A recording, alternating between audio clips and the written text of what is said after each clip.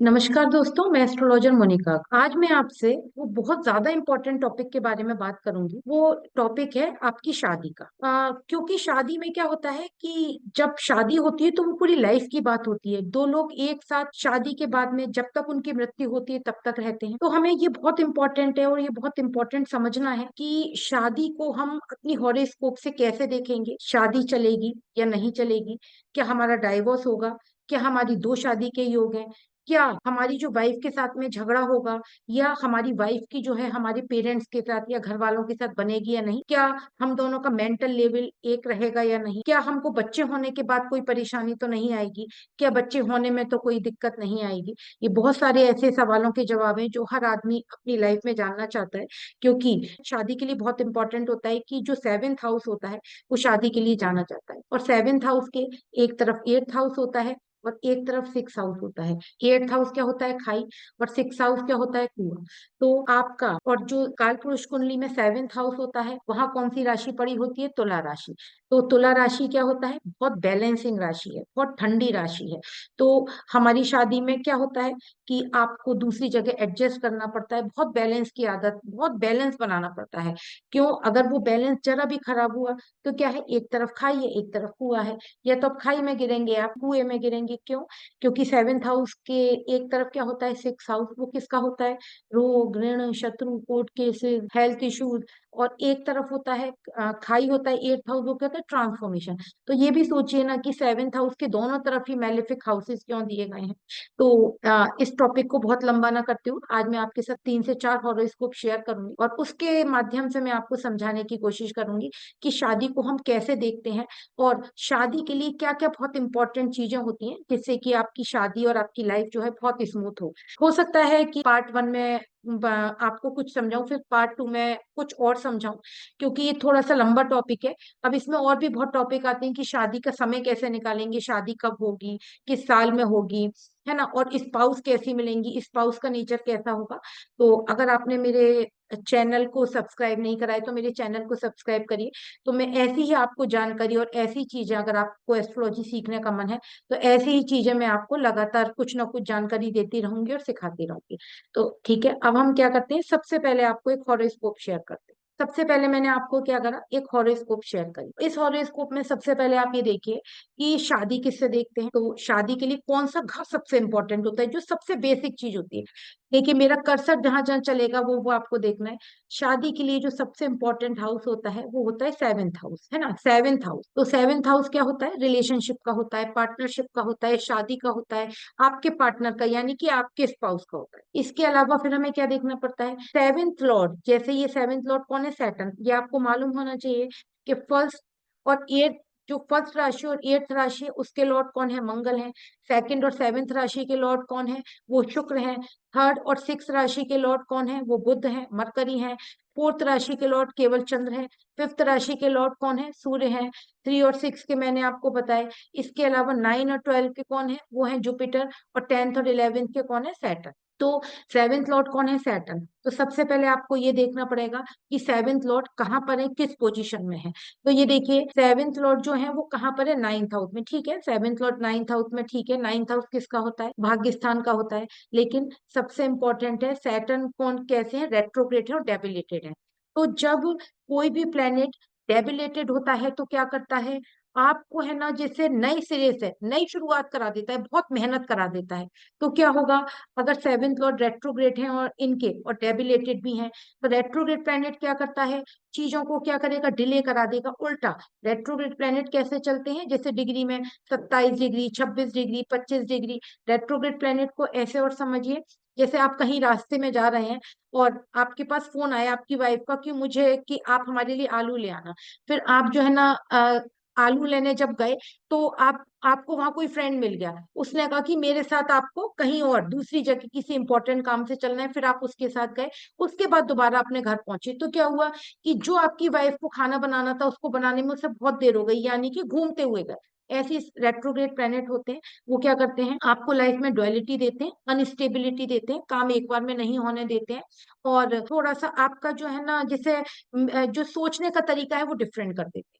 तो इस हॉरोस्कोप में आप ये देखिए, सबसे पहले तो सेवेंथ लॉर्ड की ही बात करते हैं, तो सेवेंथ लॉर्ड रेट्रोग्रेड और डेबिलेटेड दोनों है। तो क्या होगा, शादी के बाद इनको स्ट्रगल रहेगा, एक बार में शादी नहीं होगी, शादी के लिए जो है आप इनको जो है ना एफर्ट डालने पड़ेंगे, है ना। दूसरा, शादी के लिए लड़कियों की हॉरोस्कोप में मार्स देखे जाते हैं और लड़के की हॉरोस्कोप में क्या देखे जाते हैं, वीनस। इसमें इस हॉरोस्कोप में हम दोनों देखते हैं। तो वीनस के साथ में कौन है, राहु है, मरकरी है और सूर्य है।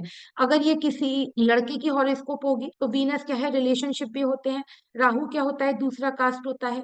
तो क्योंकि जब भी हम कोई हॉरोस्कोप रीड करते हैं तो उसमें सेवेंथ हाउस, सेवेंथ लॉर्ड, कारक बहुत इंपॉर्टेंट होता है। कारक शादी के कारक कौन है, लड़कियों के लिए मंगल है और लड़कों के लिए वीनस है। और रिलेशनशिप का आपस में कंपेटिबिलिटी कैसी है, सेक्सुअल लाइफ कैसी है, वो बहुत इंपॉर्टेंट होता है, ये देखते हैं। तो देखिए वीनस क्या है, वीनस जो है किसके साथ में बैठे हुए, राहु के साथ में बैठे हुए हैं। तो क्या होगा, वाइफ या तो शायद बाहर से आएंगी, बाहर से उनका कनेक्शन होगा। राहु क्या होता है, दूसरा कास्ट होता है, दूसरे कास्ट की हो सकती हैं। मरकरी, वीनस मरकरी राहु है तो ये लव मैरिज का योग दिखाते हैं। तो क्या हो सकता है, लव मैरिज हो सकती है। दूसरा, इनके हॉरोस्कोप में एक चीज और देखिए, अगर किसी लड़की की बच्ची की हॉरोस्कोप है तो मंगल क्या है, मंगल डेबिलेटेड है। तो क्या है, शादी में हार्डशिप है, अनस्टेबिलिटी है, चेंजेस है। और शादी के बाद में मेंटल लेवल नहीं मिलना, शादी के बाद में कंपेटिबिलिटी नहीं मिलना, हार्डशिप बहुत होना, शादी के बाद में प्रोफेशन को लेकर भी चेंजेस होना। क्यों, सैटर्न क्या है, प्रोफेशन का कारक है। यहाँ से हमने इतना देखा। इसके बाद हम आ जाते हैं D9। D9 बहुत इंपॉर्टेंट है, क्योंकि आपकी D9 की लगन जो है वो ये सोच बताती है कि आपकी शादी कैसी होगी और आपको स्पाउस कैसा चाहिए। तो D9 के लगन में जो है ना चंद्र लगन है, तो क्या है, इनको कैसा स्पाउस चाहिए। चंद्र क्या होता है, ट्रेवलिंग होती है, तो इन्हें कैसा स्पाउस चाहिए कि मतलब वो कहीं बाहर रहता हो, उसकी ट्रेवलिंग हो, वो इमोशनल सेंसिटिव हो, ये अपनी शादी को लेकर भी। चंद्र क्या होता है, मन से बहुत डरे हुए रहना, वो है। इसके अलावा फिर आप ये देखिए कि यहाँ पर है ना इनके सेवेंथ हाउस में सिक्स हाउस का नवांश, यानी कि ये भी 10वीं राशि है और ये भी 10वीं, तो सिक्स हाउस का नवांश उदित हुआ है। तो सिक्स हाउस क्या होता है, रोग ऋण शत्रु कोर्ट केसेस लड़ाई झगड़ा। तो फिर यहाँ पे हमें ये इंडिकेशन मिलता है कि हमको है ना कहीं इनकी शादी में आगे जाके कहीं ना कोई कॉन्फ्लिक्ट, डुअलिटी मैरिज में, ये सारी चीजें हमें यहाँ से देखने को मिलती है। तो इस तरह से हम जो है ना बहुत सिंपल तरीके से इस हॉरोस्कोप को देखते हैं। इस सेम अभी यही चीज है, नेक्स्ट वीडियो में आपको बताऊंगी स्पाउस का नेचर क्या है, इस आपकी शादी का योग कब बनेगा, टाइम मतलब जो टाइम बोलते हैं कि आपने ये तो बता दिया कि शादी चलेगी या नहीं चलेगी, शादी कब होगी। तो अब हम इसमें एक हॉरोस्कोप और शेयर करते हैं आपसे। अब इस हॉरोस्कोप को शेयर करते हैं, इसमें भी आप ये देखिए। अब एक बात आप और समझ लीजिए, मैंने जैसे बोला कि सेवेंथ हाउस में बहुत स्टेबिलिटी की जरूरत है। सेवेंथ, अभी तो इसमें नक्षत्र भी आते हैं मैं, लेकिन अभी इसमें नक्षत्र नहीं लूंगी, आप लोग कंफ्यूज हो जाएंगे। सेवेंथ हाउस में चंद्र, जहां पे चंद्र की राशि होगी, जहां चंद्र बैठे होंगे, वहां पे बहुत अनस्टेबिलिटी क्रिएट करेंगे। आपके हॉरोस्कोप में चंद्र पूरी हॉरोस्कोप में कहीं भी बैठे हो, तो आप ये देखिए कि यहाँ पर जो है ना चंद्र, यहाँ पे कौन सी राशि पड़ी है, सेवेंथ हाउस में चंद्र की राशि पड़ी है ना। और यहाँ कौन बैठे हैं, वीनस मरकरी और मार्स बैठे हैं। तो वीनस मार्स फिर क्या दिखाते हैं, लव मैरिज दिखाते हैं, है ना। इसके अलावा आप ये देखिए कि जो है ना, अब एक मैं इसमें आपको जरूर बताना चाहूंगी, सेवेंथ लॉर्ड मून है तो अनस्टेबिलिटी होगी। लेकिन चंद्र जो है ना भरनी नक्षत्र में है।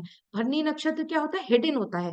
भरनी नक्षत्र मदर की एम्बेरिकल कॉर्ड को रिप्रेजेंट करते हैं, जहां पर बच्चा बियर करते हैं। और भरनी नक्षत्र जो है ना यम का नक्षत्र है। तो क्या है, इनकी शादी में कुछ हिडन है, जैसे कि थोड़ा सा मतलब कुछ चीजें हस्बैंड जो स्पाउस की तरफ से छुपाई जाएंगी, एकदम से रिवील नहीं करी जाएंगी। क्योंकि मैंने बोला मदर की एम्बेरिकल कॉर्ड को रिप्रेजेंट करता है, तो बच्चा होने में कहीं ना कहीं प्रॉब्लम होगी, है ना। इसके अलावा आप ये देखिए कि कोई ना कोई मतलब हस्बैंड को या वाइफ को कुछ हेल्थ इश्यूज हो सकते हैं। वो क्यों हो सकते हैं, सिक्स लॉर्ड देखिए कहाँ आ गए, सिक्स हाउस, मैंने क्या बोला, रोग ऋण शत्रु कोर्ट केसेस होते हैं। तो सिक्स लॉर्ड कहाँ आ गए, सेवेंथ हाउस में आ गए। तो हम इसमें क्या प्रिडिक्शन करेंगे कि आपकी लव मैरिज हो सकती है। आपको इस बात से बहुत अलर्ट रहना पड़ेगा कि आपसे कुछ चीजें छुपाई जा सकती हैं।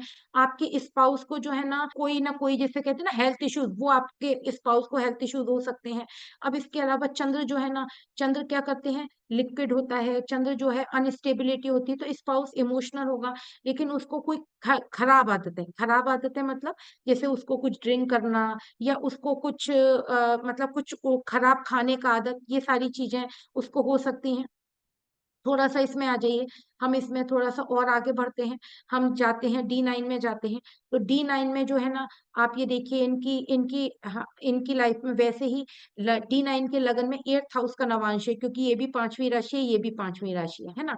तो कुछ ना कुछ तो लाइफ में ट्रांसफॉर्मेशन, चेंजेस, अनस्टेबिलिटी है ना। अब अनस्टेबिलिटी कब आएगी? क्यों? अब 8th हाउस के नवांश में कौन बैठे हैं? 4th हाउस के लॉर्ड यानी कि चंद्र बैठे हैं। तो अनस्टेबिलिटी कब आएगी? शादी के बाद आएगी। अब इसको नीचे आ जाते हैं, यहाँ पर कौन सा साइन है? एक्वेरियस साइन है। तो एक्वेरियस साइन को हम किससे प्रेडिक्ट करेंगे? एक्वेरियस साइन सैटर्न का तो है, लेकिन आधा सैटर्न का है, आधा राहु का है। तो फिर यहाँ पे आ जाता है, फिर यहाँ पे मार्स और सन कोई भी बेनिफिक प्लेनेट नहीं है, मेलेफिक है। तो फिर आ जाता है कि यहाँ पे कहीं ना कहीं एग्रेशन है, लड़ाई झगड़ा है, अनस्टेबिलिटी है, चेंजेस हैं, दो शादी के योग बनते हैं। तो ये क्योंकि हॉरोस्कोप में रीड कर चुकी हूँ, तो ये सारी चीजें जो मैं आपको बता रही हूँ, वो पूरी सी चीजें जब इन्हें प्रेडिक्ट करेंगे तो 100% इनकी हॉरोस्कोप में इन्होंने बोला कि हाँ यही चीजें जो है ना, मतलब इनके स्पाउस के साथ में थी, ठीक है। क्योंकि इनके जो दर कारका है ना, ये दर कारका देखिए, दर कारका जो है ना, ये आत्मा कारक, अमात्य कारक, ये सब है। दर कारका आपके स्पाउस को रिप्रेजेंट करते हैं। तो जब दर कारका मरकरी है, तो मरकरी डुअलिटी है ना। मरकरी क्या दिखाता है? डुअलिटी दिखाता है, अनस्टेबिलिटी दिखाता है। आपको आपको जब भी शादी देखनी है, 7th हाउस खाली हो, 7th हाउस में जितने कम प्लेनेट हो, D9 में भी 7th हाउस में जितने कम प्लेनेट हो, 7th हाउस अच्छी जगह प्लेस्ड होता है, तो ये आपके लिए बहुत अच्छी चीजें और बहुत प्रॉस्पेरिटी लेकर आता है। इसके अलावा ये तो हमने 7th हाउस 7th लॉर्ड देख लिया, लेकिन नेक्स्ट अभी वीडियो और बनाऊंगी, इसका पार्ट 2 और बनाऊंगी, उसमें और आपको ढंग से समझाऊंगी। इसके अलावा 7th हाउस के अलावा आप बहुत इंपॉर्टेंट होता है 12th हाउस। 12th हाउस क्या होता है? आपकी बेडरूम लाइफ होती है। तो 12th हाउस को बहुत ऑब्जर्व करना पड़ता है। इनके 12th हाउस में सैटर्न बैठे हुए हैं, तो क्या होगा? सैटर्न किसका कारक है? बुढ़ापे का कारक है, डिले का कारक है, इंजॉयमेंट का कारक नहीं, उन्हें इंजॉय चाहिए नहीं, तो क्या होगा? बेडरूम लाइफ में भी कहीं ना कहीं प्रॉब्लम आएगी। 4th हाउस किसका होता है? आपके घर के एटमोस्फियर का। अगर 4th हाउस में कोई बहुत मेलिफिक आ जाते हैं, तो क्या होता है? घर में लड़ाई झगड़ा, आपके आपके जो इन लॉज है उनसे नहीं बनना, आपस में एक दूसरे से नहीं बनना। तो 4th हाउस को देखना और 7th हाउस को देखना, 12th हाउस को देखना बहुत ज्यादा इंपॉर्टेंट। इसके अलावा 8th हाउस को देखना। 8th हाउस क्या होता है? 8th हाउस, 2nd हाउस आपकी अकुमुलेटेड वेल्थ होती है, लेकिन 8th हाउस आपके हस्बैंड की, क्योंकि यहाँ से गिनेंगे तो फर्स्ट सेकंड उसकी अकुमुलेटेड वेल्थ होगी। तो उनके पास कितना पैसा होगा, ससुराल वाले आपको किस नेचर के भी मिलेंगे। अब यहाँ पर देखिए कि जो 8th हाउस के लॉर्ड है वो कहाँ चले गए? 6th हाउस में। तो फिर अगेन क्या स्पाउस के पास कहीं ना कहीं पैसे को लेकर स्ट्रगल होगी, प्रॉब्लम होगी, उसके पास सोर्स ऑफ इनकम की कमी होगी। क्यों? क्योंकि वो कहाँ चले गए? 6th हाउस में। इसके अलावा 5th हाउस, 5th हाउस किसका होता है? आपके चाइल्ड बर्थ का होता है।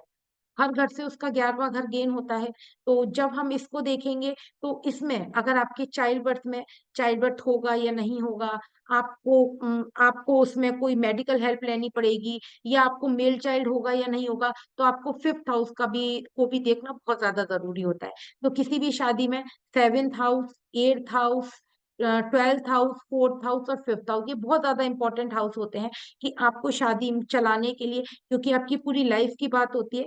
तो आज फर्स्ट पार्ट में दो हॉरोस्कोप से मैंने आपको simple 7th house, 7th Lord और उसके कारक के बारे में मैंने आपको बताया। और इस हॉरोस्कोप में फिर आप देखिए, मंगल जो है ना, जो हस्बैंड के कारक है, वो डेबिलेटेड है और वीनस के साथ बैठे हुए हैं। तो कहीं ना कहीं ये किसी लेडी की हॉरोस्कोप है, तो हस्बैंड की जो चीजें हिडन रहेंगी, अनस्टेबिलिटी रहेगी, हेल्थ इश्यूज रहेंगे ही रहेंगे, है ना।